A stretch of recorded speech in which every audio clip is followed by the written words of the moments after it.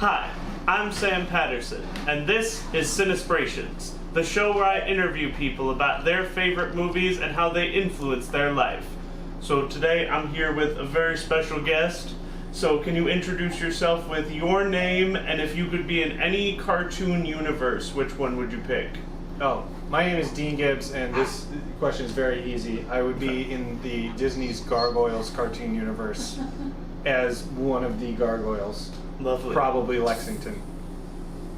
Yeah, so can you tell me what the last movie you saw was and what you thought of it? I think the last movie I saw was Captain America, what's the most recent one? The Brave New World. Yeah, that one. And it was fine. Yeah, was fine. That's essentially how I feel. Look, Anthony Mackie doing great work. Always doing great work. The important thing about the Captain America character is his nobility, and I think Anthony Mackie brings that to the superhero as well. And then the rest of the movie is fine. Like, yeah. It's just, there's very little build. I agree. You know, Red Hulk is fun. Yeah. But that's it. Yeah. It's fine. No, I think that's fair. Yeah, so now I'm going to ask you the letterbox question. Okay. So, can you tell me what your 4 favorite movies are? Okay. Number 1 is Oh Brother, Where Art Thou? Coen Brothers classic. Number 2 is 1993's Dave, starring Kevin Kline and Kevin Kline. And number 3 is Rear Window, Hitchcock classic. And number 4, controversial, I've heard, but Indiana Jones and the Last Crusade. Not Raiders, which everyone says is better, but Last Crusade, which I say is better. Yeah, so can you tell me a little bit about how you think those movies have influenced you? Well, I mean, Oh Brother, Where Art Thou, aside from it having like an incredibly like particular sense of humor, just that Coen Brothers like quirkiness that comes along with it. The music, obviously, was like a big deal. I mean, I saw that movie when I was in high school, and to this day, I still listen to kind of like roots Americana, bluegrass-inspired folk music a lot. I really enjoy that. I mean, I almost put Inside Llewyn Davis on this list, part because it's of a similar feel. But yeah, that movie's great. And then all through college, I was a huge fan of George Clooney because of this movie. And I mean, I don't think I was the type of actor that was like George Clooney when I was acting, but I was just a really big fan of him and all of his stuff, in part because of this movie, because it's just a great role for him. And then I think Tim Blake Nelson is the best performance in the movie. Yeah. And I think it's because he's so incredibly honest and so incredibly grounded, and I think about that a lot when I'm watching other movies. Like, especially playing a character that is a little bit dumb, which is like not easy to do and keep it grounded, and he's so good at it. Yeah.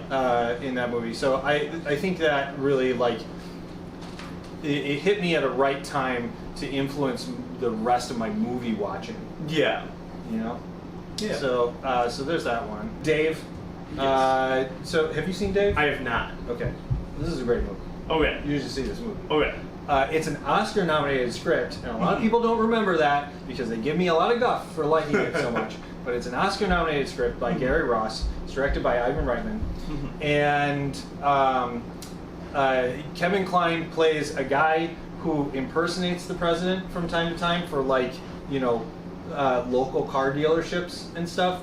Just like for fun. Yeah. And the actual president has a stroke, and his cronies want to make sure that the country doesn't find out about it, so they hire Dave to fill in for the president. Okay. And then it's this whole like Cinderella story about, or like fairy tale about like how he realizes he actually has more power than these people that hired him because he's the president, and then so he starts to make progressive changes to the government, and people are very excited about it. Oliver Stone is in the movie. That's not important.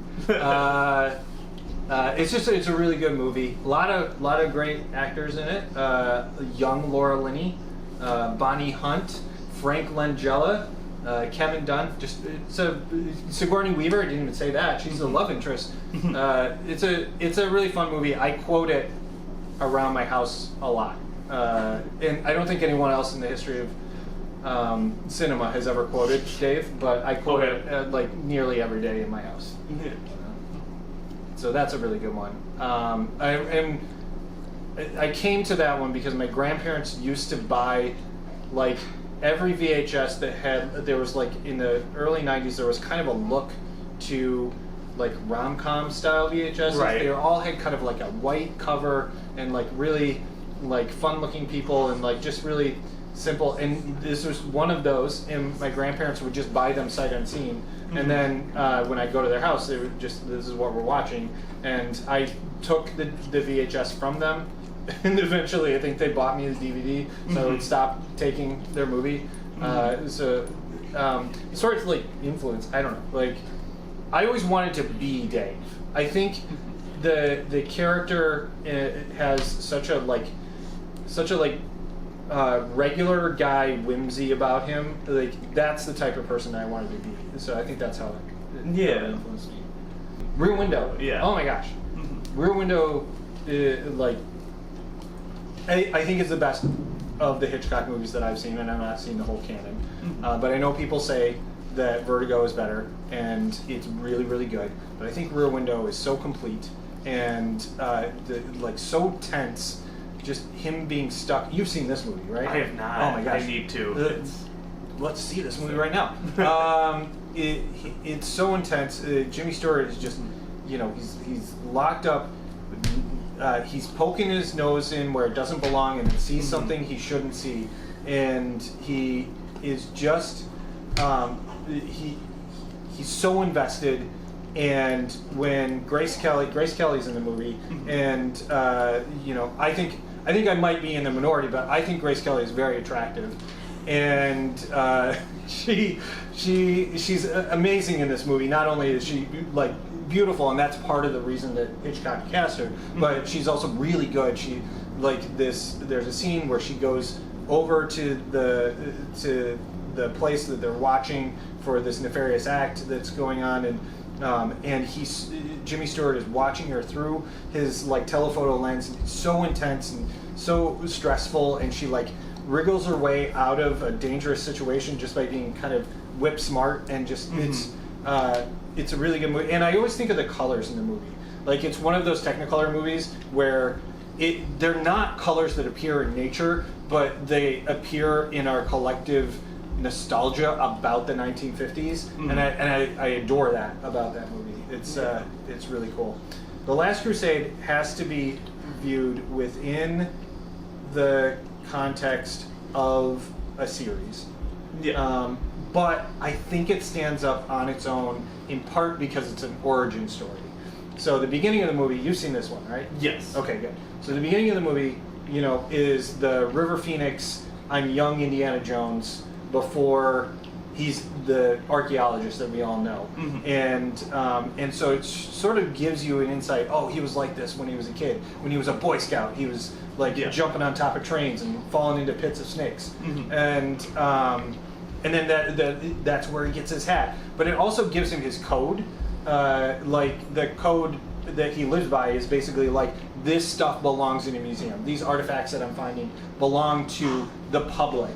And I think it comes out of they show where that comes from in the movie, in part because his dad is also an archaeologist and a researcher, and then I think the interplay between Harrison Ford and Sean Connery is just wonderful. The father-son strained relationship, but you really believe them as father and son in this movie, and they each have their little moments. I mean, it's a Spielberg movie, so it has that magic to it too.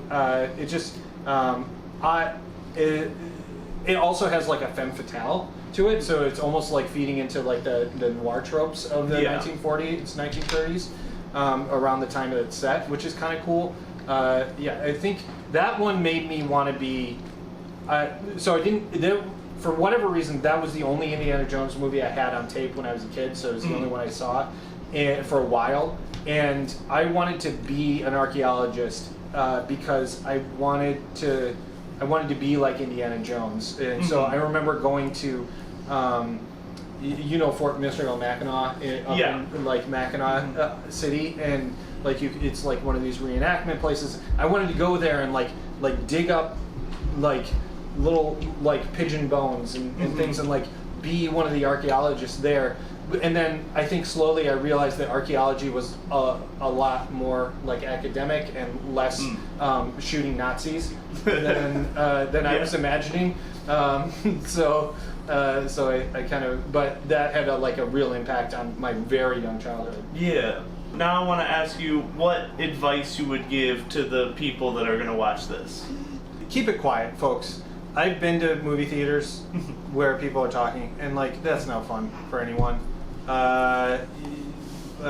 Like unwrap your candies ahead of time, and if you drop a box of popcorn, sorry man, you dropped it. It's done. We're not going to make a big deal about it. We're just going to keep watching the movie. I think that's important. Yeah. I think I would say the thing that I did when I was your age, and that I'm sure you're doing now, is just look up lists of things that you've never heard of. Lists of like genres of movies, of like top 100 movies, top 10 movies, whatever, and then just try to like plow through those and learn more by watching all of those classics. And there are things that you're gonna see that you're gonna hate. So there are gonna be things like that, but then there are gonna be things like Rear Window that I just saw on a list, and I'm like, all right, I don't know. And now I'm like, oh my gosh, this is one of the best movies I've ever seen. Right. So I would say definitely like look for those. Also, look for people who will talk with you about this, like what you're doing right now. Yeah. Who will expand your understanding of what a movie is. I think I was in college and I met someone who was like, hey, this is what I think about movies, and suddenly everything like clicked in for me, and I went, oh, I have an actual critical eye, and I understand movies on a deeper level. I just didn't know that that level was there, and I had it unlocked, and now I have such a more profound experience with film watching. Obviously sometimes I'm just watching Captain America, but sometimes I'm like watching something and I'm watching the depth of it, and I really enjoy that. So, yeah, that's what I would say. If you enjoyed this video, I'm doing one every other week, so if you liked it, like and subscribe, and stay tuned for that. So thank you. Thank you.